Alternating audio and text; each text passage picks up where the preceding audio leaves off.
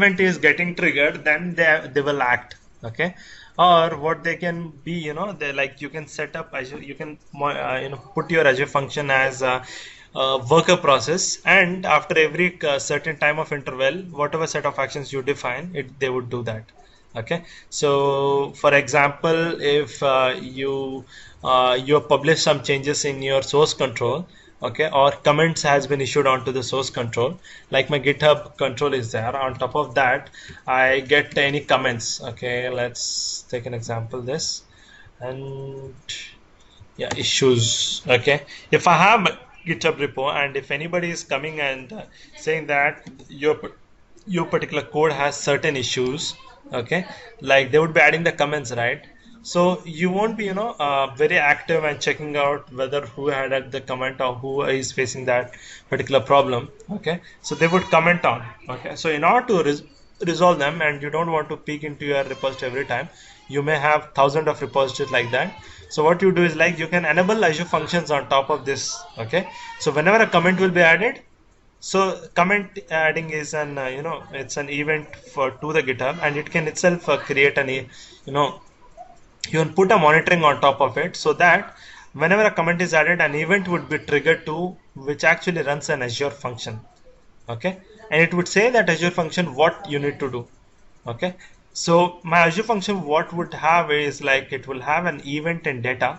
Okay, so my event is this trigger, the comment issued is a event. Okay, and the data is the new comment issued, or what is a comment has been added, that is my data. Okay, so that data and event, and with the help of a code, okay, I can do certain activities. Okay, so that comprises of that makes what Azure Functions is. Okay, code and event. Okay, so in traditional architecture, what happens is, like, you have different layers: web layer, middleware layer, processing, data layer, everything. Okay, and you'll be needing a lot of servers to run each and every services. You need to host them, like you need something called as you need a certain amount of memory at web tier. Okay, you need something like certain of memory of server, like A1 series, or like maybe premium series of VM in middleware, or at the processing may have bigger series of VM you may want. And then at storage, you would you would have storage. Okay, so you need a lot of processing, everything, and you need to maintain this particular service, everything, right? So think about a situation like where I doesn't need any service, and whatever I make a call, or I trigger an event, it just does my whatever I mention in a code. Okay, just it depends upon an event trigger, it do that activities. If I say start, then it would start something and do certain activity. If I say stop, and it would it would stop certain activity which is already doing. Okay, so that is Azure function. Think of an example like if you are ordering an Uber cab.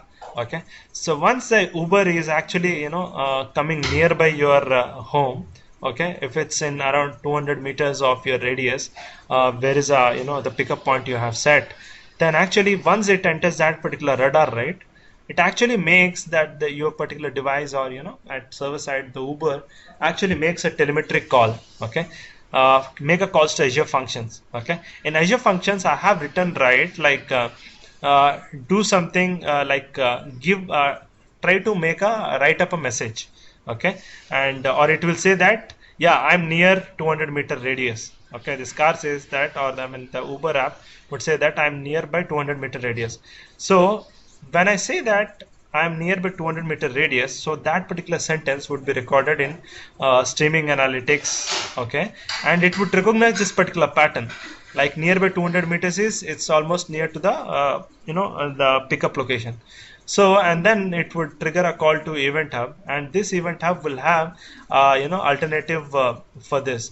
And what it would do is, like, for every message which is kind of it's in Uber cab is in 200-meter radius, so it will put up a notification, or it will call Azure function stating that, put up a message saying that like your car, your pickup has arrived. Okay, or Mr. X has arrived to your pickup location. Okay, So that you can do, like what you can do is, like if you want to send an email to the customer, you can use SendGrid, or you want to send a SMS or notification, mobile notification, you can use Twilio for that, and then a user is notified. Okay, so you'll get a pop-up right whenever your cab arrives nearby.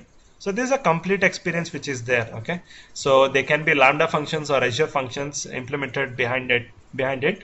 Okay, so I mean, putting up a notification, it's a very lightweight process. Okay, and I mean, if you use certain kind of servers or bigger server for those kind of activities, it doesn't make sense, right? Okay, so that's why we have something called as the cheaper alternatives, or lightweight alternatives for doing these activities. Okay, and never bother, like it doesn't only take up only lightweight activities, or like putting up only notification. It can process larger stuffs as well. Okay, and these Azure functions can be scalable at any moment. They are set up with auto scale. Okay, and have good transient failures, and whatever app service tier or app service plan you select, based upon that you will have this Azure functions. Okay, and we'll cover that later as well.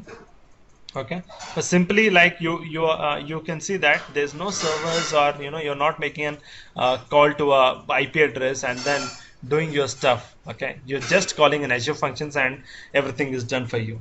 Okay, so the same approach which we were using with a monolithic architecture or traditional architecture, we are able to do with a newer approach. Okay, and the Azure functions, or the events and the codes behind it, actually they are categorized into three different types. So one is timer based. Okay, so it's kind of a scheduler. Okay, you can schedule a time for the Azure functions. And one is data based. Okay, so these are all sort of event triggering parameters. Okay, so every 5 hours trigger a call to Azure functions. So that's a parameter. So time is a parameter. Time is a triggering parameter for me, and data is also triggering parameter for me. Like you can see that there's Azure function, and Azure function input is Azure queue. Okay, and its output is some storage. Okay, so whenever a message is added to queue, trigger event to Azure functions.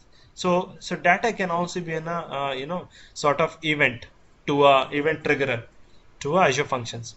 Or you can have a HTTP call, which you saw that Archana was discussing about the Lambda function, which was making an HTTP post call to Azure cloud and even the AWS cloud, right? So those sort of stuff, like these are HTTP, or or your webhook calls. Okay, can be a type of trigger, Azure function triggers. Okay, so there are three types of triggers. And what's new in this, like in Azure Virtual, like the same stuff we were able to use, right, in traditional monolithic architecture, we would be using something as cloud service, Azure Virtual Machines, Azure Web Apps, and Azure Web Jobs. Okay, and we are doing the same stuff. How it is different here is we're going to discuss now. Okay, so why to use an Azure function if we have already a solutions available? Okay, so Azure Virtual Machines, what you need to do is, like, you need to install softwares, Windows services, and you need to install OS if it's recommended, and it's completely IaaS infrastructure, so you have a complete control of server. Okay, you can choose your OS, but you need to take care of patching, maintaining, and scaling, auto scale stuff, everything. So that's a disadvantage with Azure Virtual Machines. You have something called as cloud service, and it's got older. Okay, now Service Fabric is a newer cloud service. So in cloud service we have web rows, worker rows, and you need to maintain the configurations, and you need to mention the how much it can scale, or scaling configurations, environment details, everything you will be having, right? The same environment details, everything, app settings, everything will be there. Shit, I didn't. Okay, I'm recording right. Yeah. So the same thing it's there in here as well. Okay, and like in Azure Functions as well, you have app settings, every stuff. Okay, on this as well. And what you need to take care is, like, think of that if your IS goes down. Okay, or .NET whatever you have installed, it have some issues, so you may try to reinstall it. Or one more case is like which we usually find it, or I found in the past, is like if you're trying to resize your cloud service, right? Cloud service used to have issues. So if you're trying to resize your cloud service, if you have a A0 or smaller instances and you want to go for a bigger instances like H series VMs or something, performance VMs, and if that is not available in your DC, then you will have a bigger trouble. Okay, you can't resize. Okay, and automatic scaling also, auto scale can fail at moment, and there's 1% of chances. Okay, so these all things would be taken care by Azure, and you doesn't need to bother about them. Then you will be happy, right? So that's our disadvantage with cloud service which we have over Azure Functions. And yes, Azure web apps or and web jobs we do have, right? So we have Azure websites, okay, and Azure websites have hosting plans, okay, where you can combine many sites on one server and you can scale up to many servers. Okay, a lot scaling jobs you can do on top of it, and you have web jobs as well. Okay, simplified background tasks. Okay, so this is actually the basis of the Azure Functions where it came up. Okay, with the Azure Web App or Azure Websites concepts only, this Azure Functions have been come up. I mean, like basically, if you take Azure Websites, the mobile app, API app are an example of Azure Websites. Okay, and basically, if you take Azure Web Jobs, okay, so that is a parent of Azure Functions. Okay, and so we talked about a lot of disadvantage of that whatever features we had before, right? So first, so let's discuss about Azure Functions, and it's simplified programming model. Okay, what you need to write is like even if 5 lines of codes can do a lot of different stuff. Okay, so we'll know once we gonna discuss about it, and you doesn't need to boil your midnight oil for doing stuff like you need to configure a load balancer, you need to configure auto scale, or you need to think of a scenario like if I resize it should not fail, it need to, or you need to think about a failure or the kind of environment or sort of stuff. You doesn't need to think about all these boilerplates. Okay, you just forget everything and just code it. That's it. Other things would be taken care by Azure, and you just concentrate on your business requirement.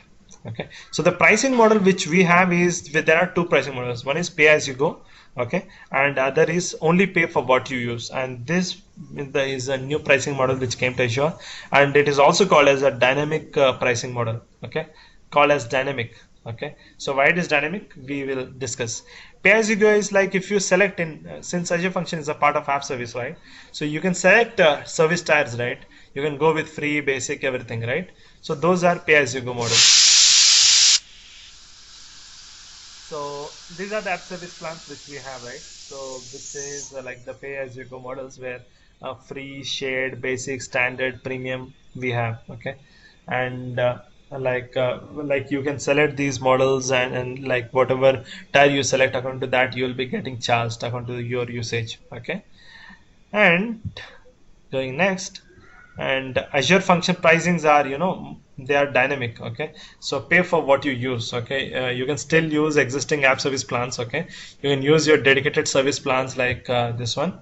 Okay, or but like you can predict your monthly cost with that, or you can use with you can use dynamic, and like you are not confident enough stating that what may be my monthly cost which can come, or monthly usage. Okay, in that case you can go with a dynamic plan for 1 month, and you can know the usage, how exactly your app is, your Azure function is using. According to that, you can switch to your, dedicated service plans. Okay, and very next. So that's a consumption plan or dynamic plan which we are talking about. Okay, so there's a dynamic plan, right, or the consumption plan.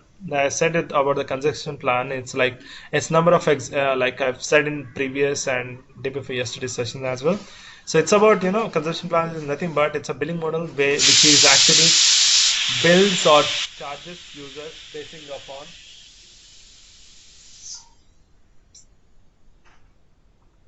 basing upon number of executions, CPU times, and RAM. Okay, RAM usage. Okay, it actually does this particular billing calculations on top of this.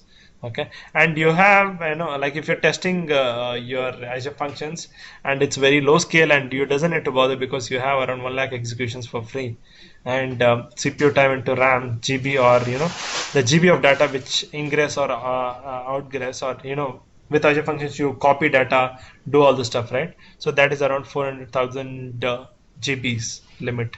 Okay, till that you doesn't need to bother. After that this quota ends, then you can't run your Azure functions. more. Okay, until unless next billing cycle triggers. And we have cutting costs. Okay, so how actually it controls the cost. Like what you can't do is like you can't each and every function can run to at max to 5 minutes. So each execution of your Azure functions can run only at max for 5 minutes. Okay, you can't run more than that.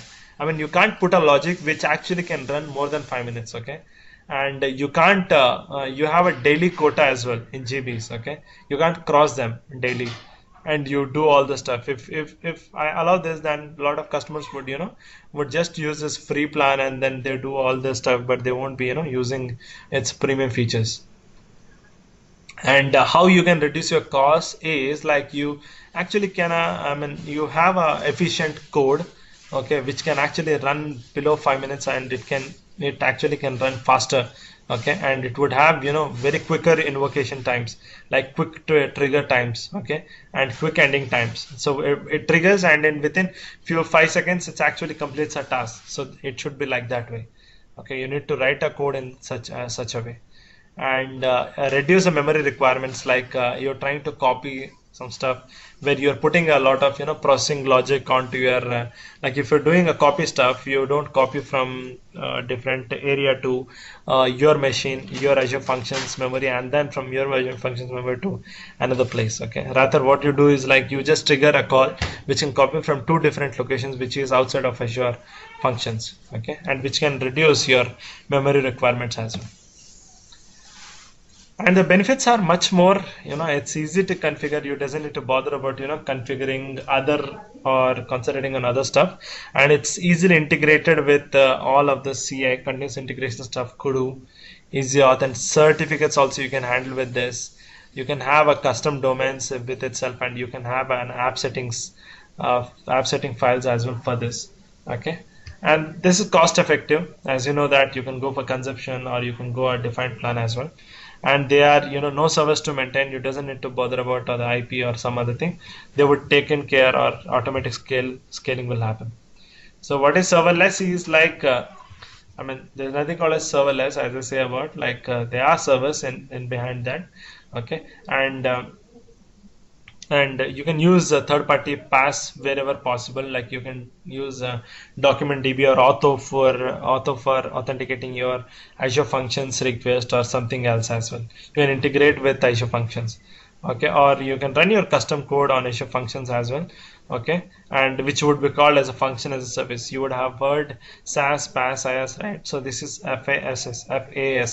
Okay, functions as a service. Okay, so once you write a certain function which actually do lot of logical stuff, you can sell these particular functions to customers. Okay, and if you do that, then it would be fast. Okay, a real world example which we would be talking about is like we have a monolithic architecture. Okay, what it would do is like you trigger a web request to web server. Okay, and what web server would do is like it would validate your request. Okay, and it would have a webhook which posts a message to queue. Okay, and which would actually says to generate a license, generate license and send email to the customer.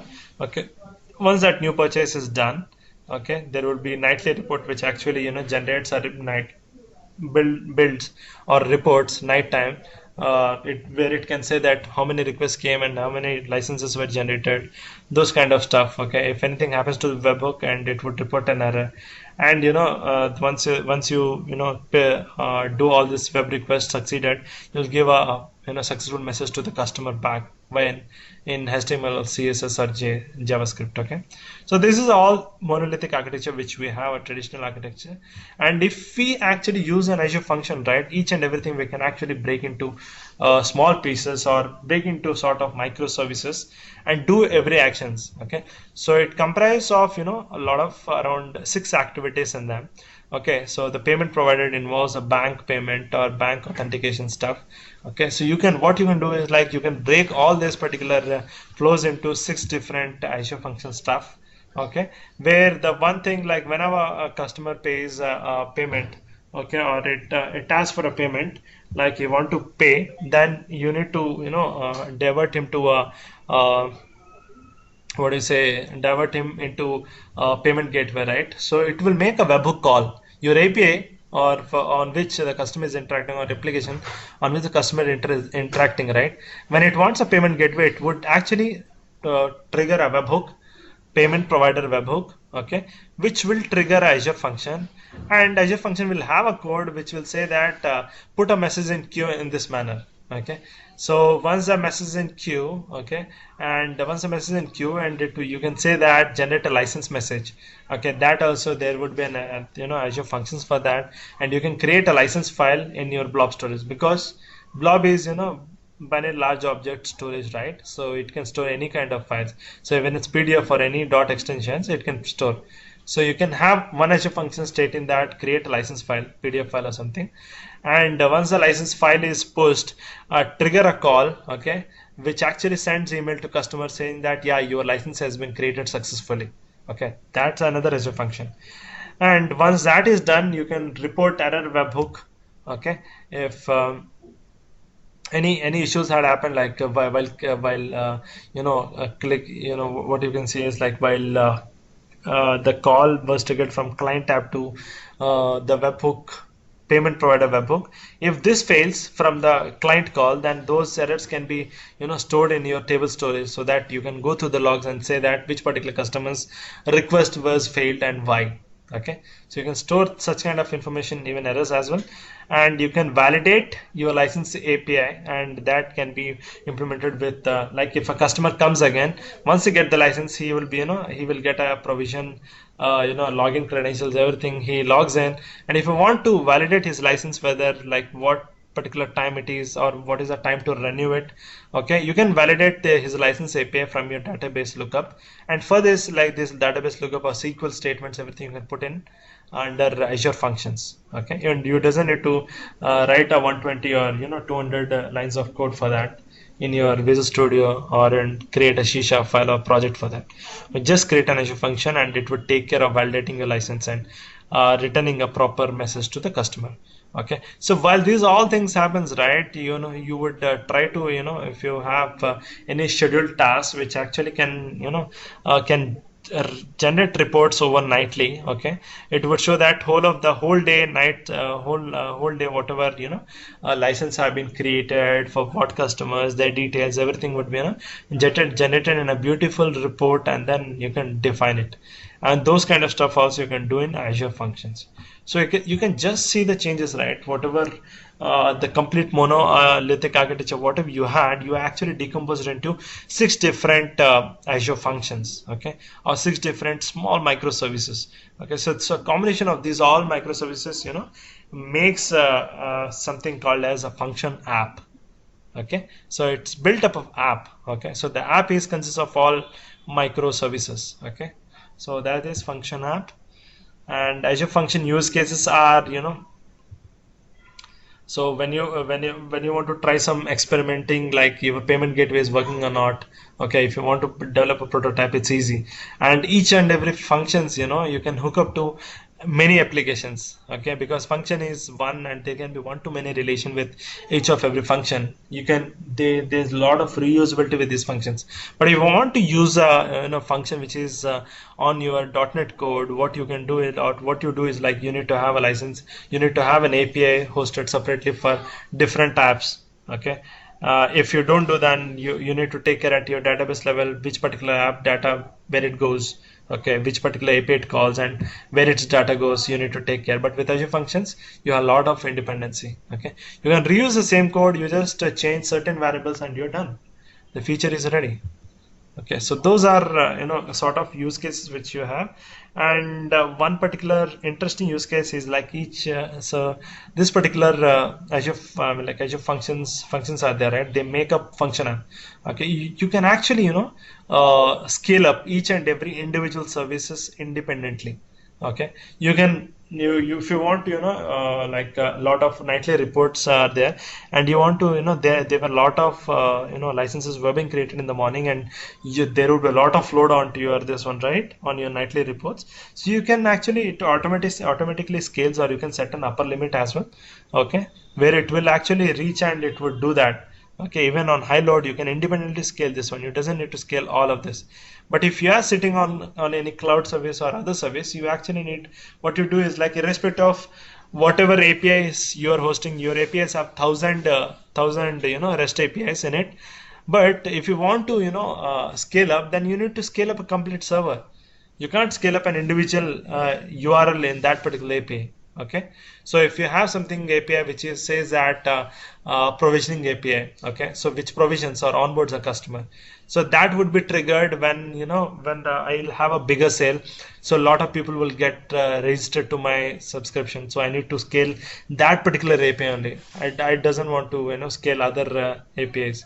Okay, so in that case, this is in function app, it's possible. Okay, it doesn't need to scale up a whole machine. Rather, you just scale up your own single small API which you want to provide fault tolerant service to customer or to the request. Okay, and you have a lot of adapters to integrate with other systems like Azure Functions. You can put onto with any CI/CD tools, or you can integrate with source control or anything else.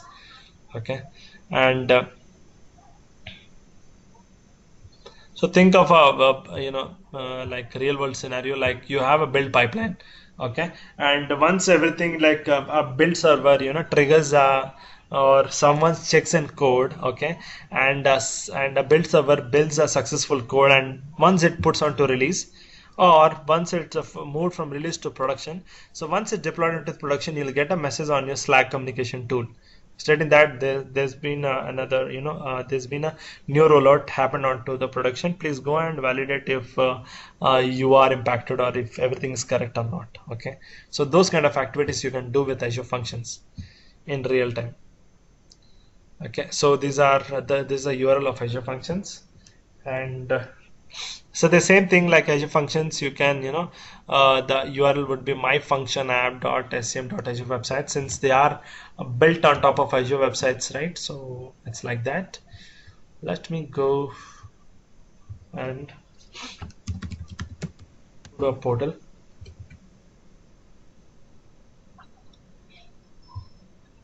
Same thing, the content inside the Azure the function app you can access with the Kudu console, because it's hosted on Azure website, right? Azure website has native support to Kudu, so you can manipulate your files, everything. You can see the content of your file via Kudu, or you can actually go directly into your like there would be file share which would be created when you create a function app. Okay, you can explore through the files, you'll see that your data file, log files, and the site files inside it. Okay, and so one particular demo, two particular demos which I have made is like one thing is I'll have a code on my GitHub. Okay, so whenever a issue or comment would be added, okay, I'll have a webhook trigger function on top of it. Okay, I'll have a GitHub webhook.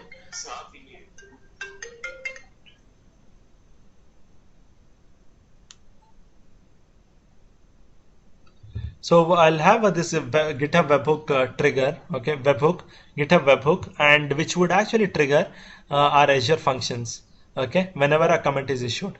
Okay, so this particular demo is like it's there. So when you create a, okay, let me put this as, I need to comment this because it's my GitHub secret, right? Okay, and it's checked into cloud, so it may be a problem for me. So this is my GitHub, and so when you want to create a actually, like when you create a function, right, you will have this function for, like, let me create a function that's better to show. Okay, so these are my function app tab. So these are the new feature like function app and this Cosmos DB, that's why they are visible here. So this is my function app which I already have. Okay, for you I'll be creating it for freshly and I'll show you. And these are the two functions which I've created. They are loading up.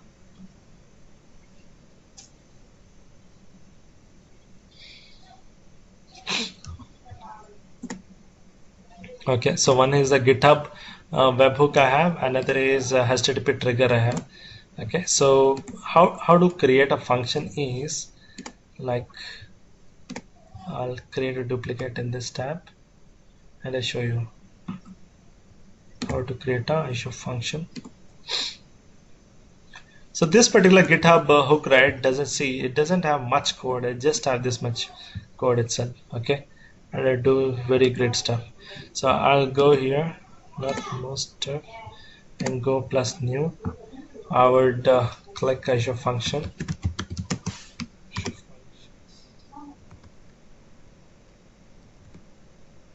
Yes.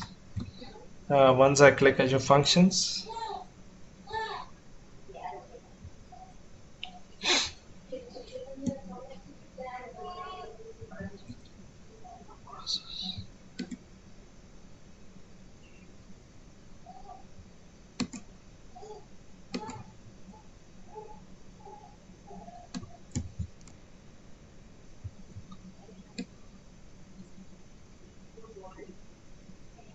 yeah, my function app. Okay, so they're not Azure functions, function app. So I can create this function app. So my function, let's test function app.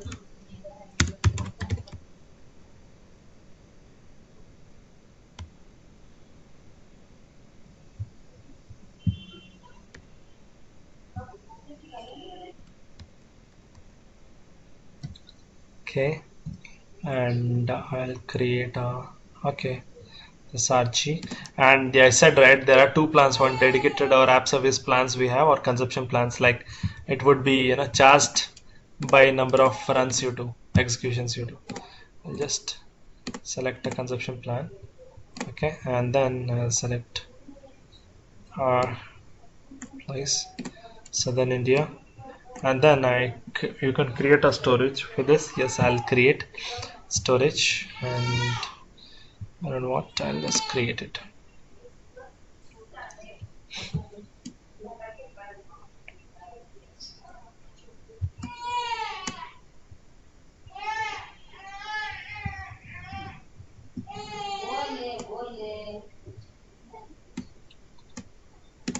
Location is a constraint.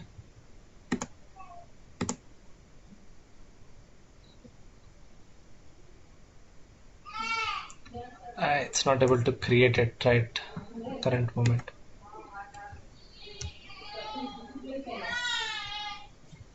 So you create like that. Okay, once you create, you will have your function up created like this. You'll have this page.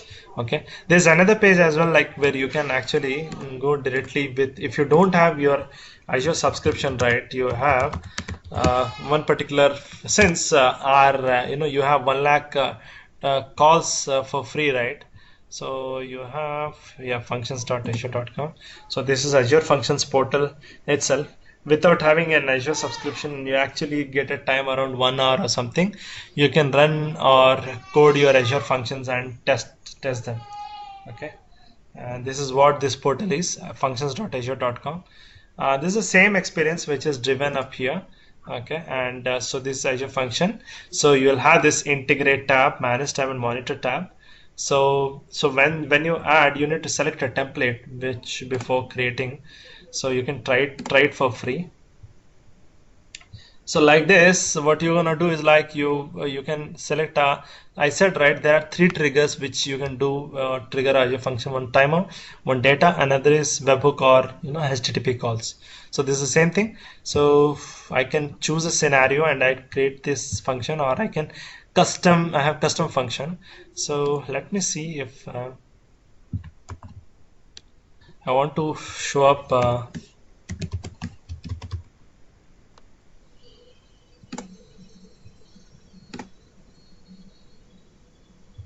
it's created or what.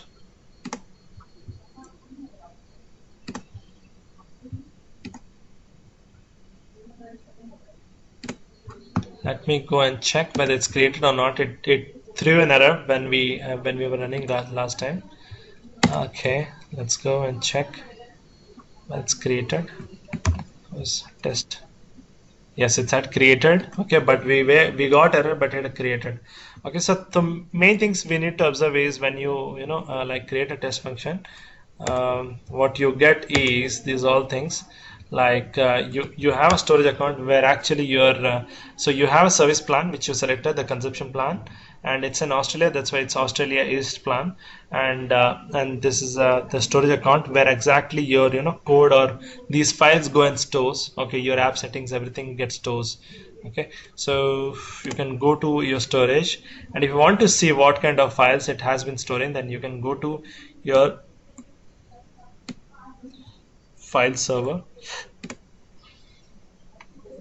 So it would be in the file share. Okay, so this file share can is shared by multiple customers as well. Okay, so these are the files which you will have. So this is a data file. If I create a function, okay, then I'll get my data in this functions. Okay, so this function secrets or app settings will be stored in here. Okay, and so those are the files or things which would be created when you create Azure function. So once your function is there, and what I do is like, yeah, this is my other function tag which I created, and this is my existing one. Okay, and what I do is like, I'll just go and create a function app, and you can create a default this one customized, or you can create your custom function. So in custom function you have a lot of different options. You can see that, like, you can create a timer triggered JavaScript as well. You can run with a C# or F# code. You can run JavaScript code, or you can run any languages like PHP, Python, TypeScript, anything, or Batch or Bash, or anything you can run. Okay, so any code you can keep on Azure Functions and you can run on Azure. Okay, irrespective of any language or platform. Okay, and scenarios as well are there. You want to do for monitoring, experimental data processing, or API webhook, or you want to do certain core apps, core works. Okay, so for now what we're gonna do is like, we're gonna do something called as GitHub issue. Like what happens is like, this is my issue page, right, or comments page. So whenever a user, like a person, like you have forked from my repo, right, you want to comment saying that this is not looking good, or the billing API which I shared with you guys, it's not working fine. You can comment out it here, and once you comment out here, I need to get an email, or I need to get a sort of any activities I should do with the help of Azure Functions. I doesn't need to monitor 24/7. What I can do is like, where is my GitHub? GitHub. Okay, yeah, GitHub C#. It's my C# code. Oh, yeah, it's my JavaScript code. Okay. So you can select a C# code or F# or anything. Like, let's choose this JavaScript code, and let's name this GitHub. So I know this JavaScript code, and GitHub webhook test. Okay, and this is a function, my function name. Okay, so I create it. I'll have my default code which can trigger the GitHub stuff. Okay, and you get a function URL. Okay, you copy this, paste it in Notepad, and you have GitHub secret. Okay, so in order to like, secret is like client key and client secret, you can say. Okay, so we worked with Azure AD, right, where we have client ID and client secret. So these are both like that only, because now your client ID will, or this particular function would try to make a call to your GitHub. Okay, so once you add the secrets as a webhook into GitHub, right, so once you add, I have this details. Okay, and I pasted in Notepad. What I go is like, I go in my settings. Okay, I have something called as webhooks. Okay, in webhook I can go and add a webhook. Okay, and when I add a webhook, okay, let me give the password. Once I give my password, I can give the payload URL. So payload URL is your this one, your client ID function URL. Okay, and your secret is GitHub secret. Okay, so you put your GitHub secret and you select application/JSON. Okay, and what you can do is like, you can just push the event, or you can you can select an individual event as well. So these all are event which you can do on GitHub. Okay, you can delete a branch, commit a branch, or you can label a branch, you can issue a comment, or what we need is issue comment. So whenever a issue comment is added, I want to trigger to my Azure function. Okay, it would trigger for push as well. Okay, I'll just add webhook. Once I do that, right, I'll get something as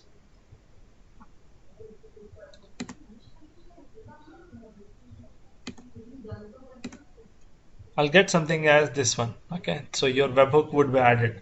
So once your webhook is added, you can go back, and once that is done, you can test your webhook. Okay, so currently disable this. You can enable your webhook or disable this webhook at any time, because they can be timer based, right? So if you have set for every 3 minutes, then it would consume a lot of your money as well. Okay, so you don't want, so whenever you don't want, you disable it. Okay, whenever you don't want a service, you disable it. So when it actually, you enable it, it actually, what it do is, like, you can check the log. So it's kind of timer based, which I have this particular function which I have created. So if it's timer based, then every particular few time, right, every few minutes, right, it actually goes and it would run a call on top of this GitHub. Okay, and onto the specific the issue comments which you have mentioned. Okay, so irrespective of any issue comment, it would go, and for if you added your settings, I've added the settings for the Azure Guy repo, right? So whatever issues would be issued, comments would be added on to my Azure Guy repo, and they all would be read by my function app. Okay, so let's I'll keep this window separate so that you can check the log. I'll go to my GitHub. Okay, I'll issue a new comment. So when I issue a new comment, okay, and okay, let me put with a date 9/1/2017, issued a comment. Since it makes a call every few minutes, so once I commented, you can see that issued a comment. So you can say the very frequent, I just entered, and GitHub has its Hawkeyes on, the Azure Functions have its Hawkeye on GitHub, and it says that GitHub webhook triggered. Okay, triggered. What is a comment? This is a data, issued a comment. So this is the issued a comment which I done, right? Okay, so that's what is like the use of Azure Functions. So one more this sort of implementation, what you can do, like, if you want to test without any issue comment, you can go to this one, and you can actually trigger a default request as well. Okay, you can run, and it would post up a request for you. One more thing is, like, you can change that type of calls as well, this GitHub calls as well.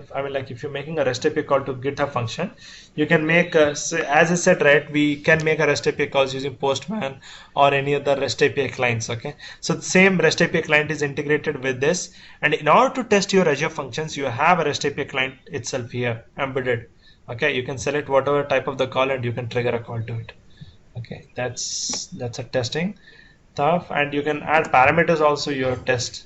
Okay, and that we will be doing in this one, in this particular function. Okay, so this particular function is, my requirement is, so I need to store an unstructured data using Azure Functions and Cosmos DB. Okay, so let me explain what is Cosmos DB first, so that you guys want clarity on Cosmos DB. The same stuff, the first task which I have mentioned is the same first task, and the same first task. And if I want to talk about Cosmos DB, right, it's a very niche service which is just introduced on Azure. Okay, so it has such a powerful service. It is like Azure Cosmos DB is there's something used to be called as Azure Document DB. Okay, so that Document DB was kind of non-relational databases, but very scalable non-relational databases it was. Okay, it's not like a SQL. Okay, it's a NoSQL databases.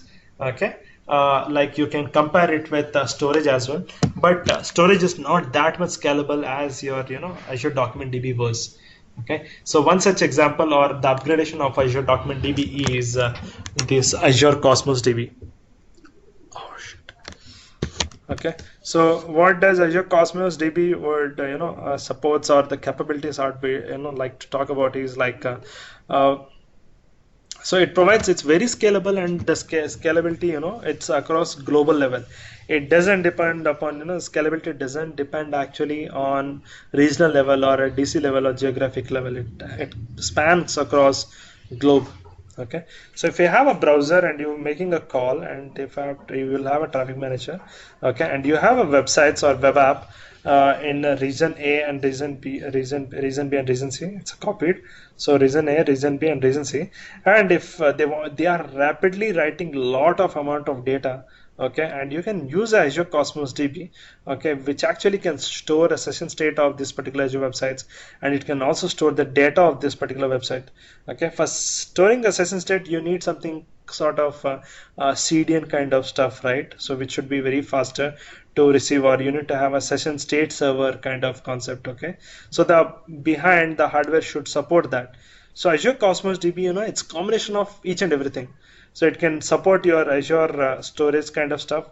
It can store like binary large objects. It can store session state data. It can store your app data. It can store your tables or anything. Anything you ask, everything the Azure Cosmos DB hosts, and they are actually globally distributed across regions. Okay, and one such of implementation of Azure Cosmos DB which I want to discuss is like you can implement on IoTs. Okay, so IoTs are, there's a piece of device, it's a piece of device, and you have Azure IoT Hub, to which your IoT devices pushes up some messages. So once you get the message into your IoT hubs, right, IoT hubs can actually run, or push up all the raw data into your Apache Storm or into on your HD Insight. Okay, Apache Storm is sort of engine on top of this Azure HD Insight cluster. Okay, which can take up a lot of raw data, and it can make up that particular data into meaningful sentences. Okay, when we talk about like big data stuff, right? So on Azure, that particular support is given by HD Insight. Remember it. Okay, so you can have the like once the raw data comes from IoT Hub, you can convert it into meaningful data and then push into in your Azure storage. Or what you can do is like you can actually push into Azure Cosmos DB in order to persist data into across all other regions as well. You can use this Azure Cosmos DB, which can have the telemetry and the device state of your IoT. Okay, what is it's running on or off or something. Those states you can have, and you can put that particular you can feed onto your Azure Web Jobs. Okay, and you can have something called as logic apps. We learned about that logic apps, right? It's like putting some workflows onto your plate, and then to integrate a lot of different heterogeneous system or heterogeneous applications. So logic app, what you can do, that you can have a web job, okay, and you can connect a web job and IoT hub, okay, which doesn't have native support, right? Because Azure IoT Hub would only read from IoT devices rather than web jobs. Okay, so you can put logic apps in between, and then you can trigger an action to Azure IoT Hub via this logic apps. Okay, so that's sort of implementation with IoTs the Azure Cosmos DBs can do.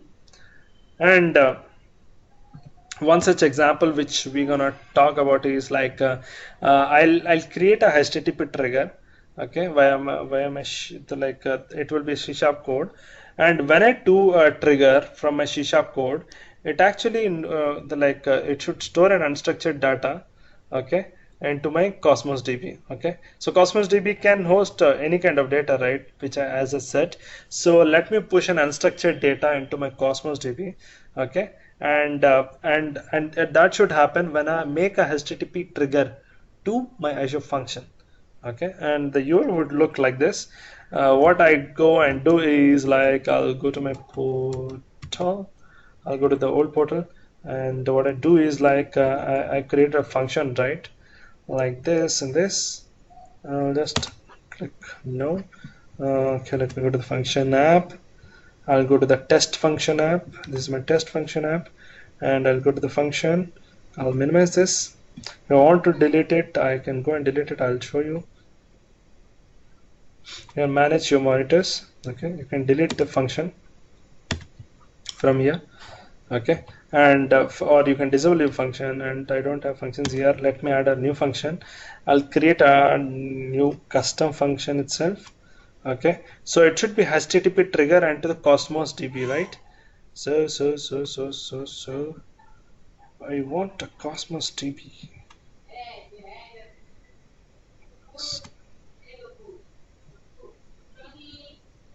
Where is my Cosmos DB?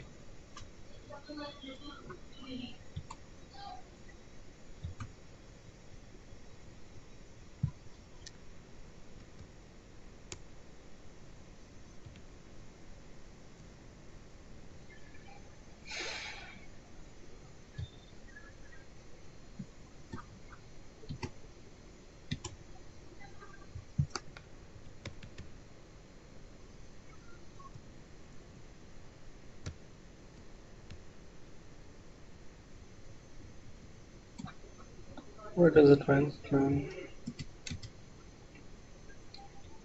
Is there a basic one? Shouldn't be.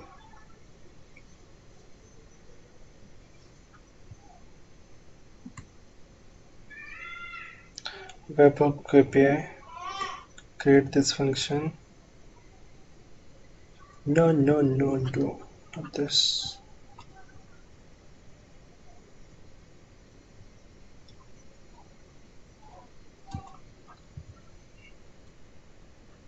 No. HTTP trigger C# Cosmos DB.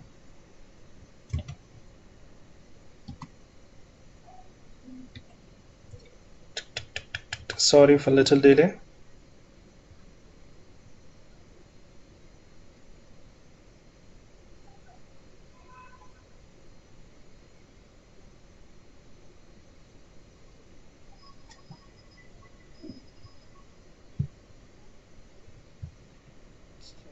HTTP trigger.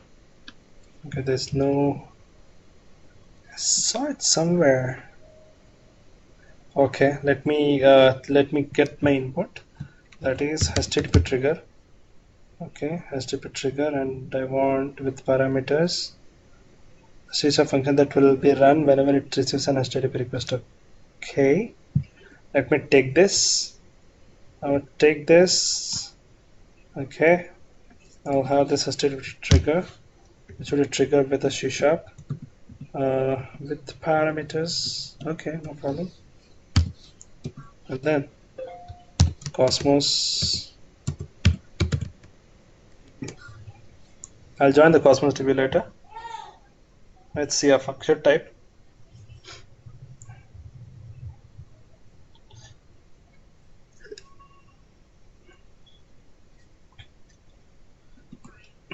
So Azure Functions type. I'll just create this. So once I have this, I'll have a default code. Don't worry about that. What I do is like I go to integrate. Okay, so my input trigger is an HTTP request, that's for sure, which would be triggered by a C# code. I'll do that. And my output would be, like I want to put that whatever request, input request, whatever object I make a call from a C# code to this Azure function. Okay, that actually need to be triggered by a HTTP request. Whatever input would come as an object should actually pushed as an output. Okay, and output should be into a Cosmos DB. So I'll click output, and here I can search my Cosmos DB. Cosmos, yes. So you can put onto your Azure Cosmos DB or notification hub, or you can send an email directly. Whatever data is getting triggered. Okay, I'll just select in Cosmos DB for right now, and select it. Yes, I have. Then what I do is like, as for easy naming sake, task document, or put as task in front of every task, and put as task for easy recognizing. And then partition key would be there, and there's a Cosmos DB account which I want to create. Okay, if you don't have a Cosmos DB, write into your account. Okay, into your account, you can create a new, or you can I have a the Cosmos DB, right? So I'll go. Your Cosmos DB can be linked with many number of apps, function apps.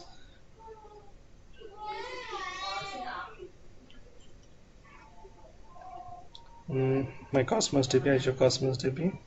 Okay, this is my Cosmos DB. So I'll give this Cosmos DB details in my account. Okay, account connection it wants. So let me go and account connection of this Cosmos DB. And now view and have. I'll describe a little bit more about Cosmos DB. It's very interesting. This is my connection DB.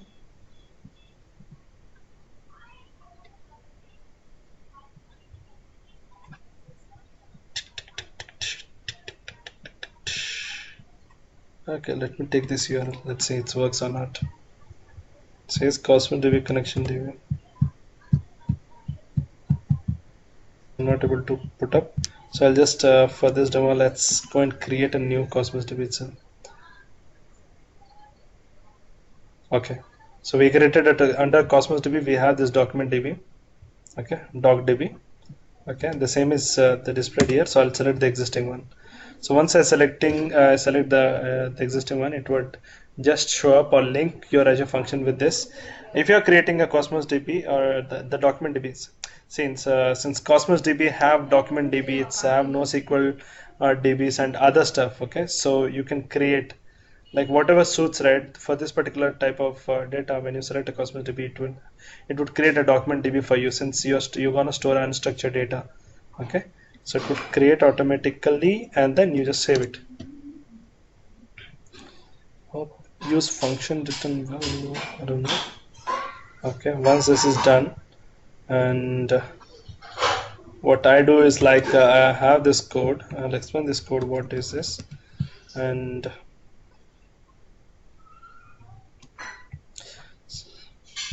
so what this code would do is like it would just put a HTTP response message.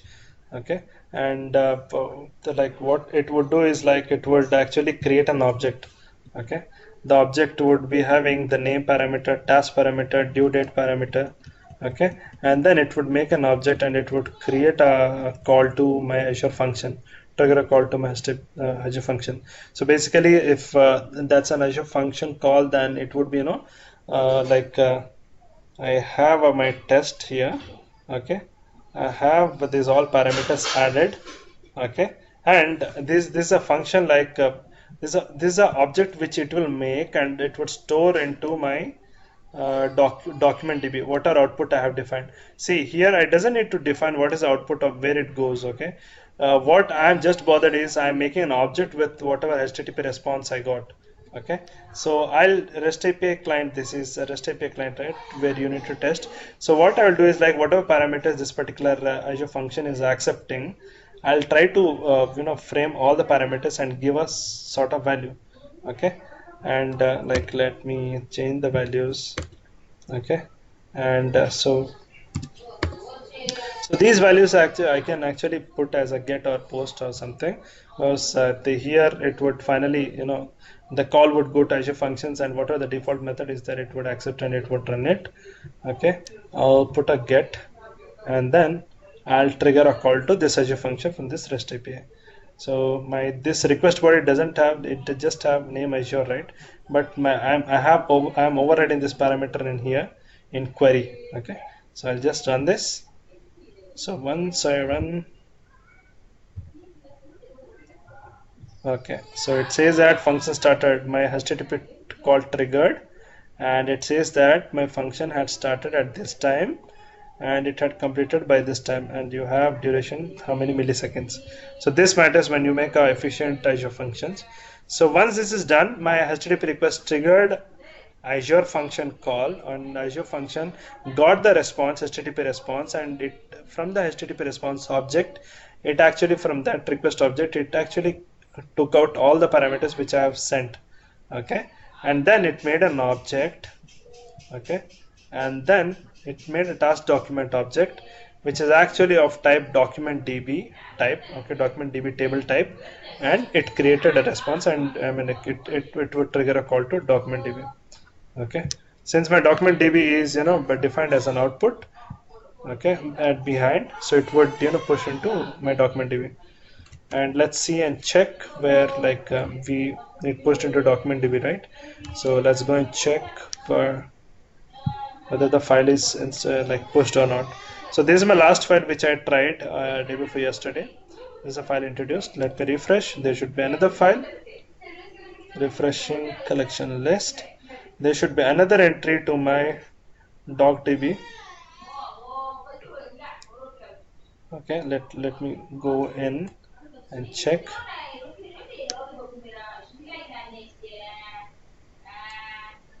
So this opens my data explorer where you can check what were the entries, or what are the records have been added. And since we added a record from Azure function, and this is a document DB, okay, inside the Cosmos DB service. Okay, it will show the documents. Okay, so the first record which I've added was the day before yesterday. You can see that record here. Okay, so that was testing AF, which record I added, and the second record which I've added right now is testing AF1. It should be. Let it load. Yes, it's testing AF1. Okay, the same call which we triggered here, right?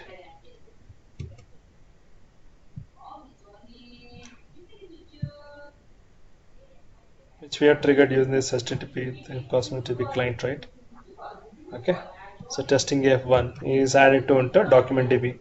Okay, so you can see that it's such an easy integrations with with the document DB, or the sort of power which we have with Azure Functions are more. You can add a new trigger, or you can add a store procedure as well. You can add any SQL query as well. Everything is possible on DocDB, on Cosmos DB. Okay, and the the most beautiful part of Cosmos DB, which I actually didn't see in most of the Azure DBs, most of DB storages, like you can actually replicate your data.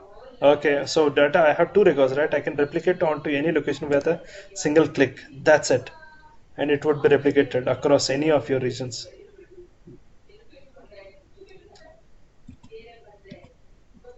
Let me refresh.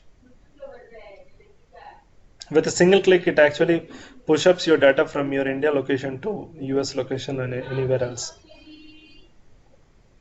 Okay, so you have this particular page, replicate data globally, settings, where you can put like wherever you want to replicate your data. Like if you're adding your app is running in somewhere in India, and you are adding a data to Azure function or Cosmos DB into Azure Cosmos DB in India DC, Southern India, and if you want to replicate it, right, you can actually define them. Or if you want to do it on a single click, you can come, and you're welcome anytime, and you just click and it would be done. It will duplicate, and you'll see all the details here. Maybe I'm at the free trial, that's why I'm not able to click here.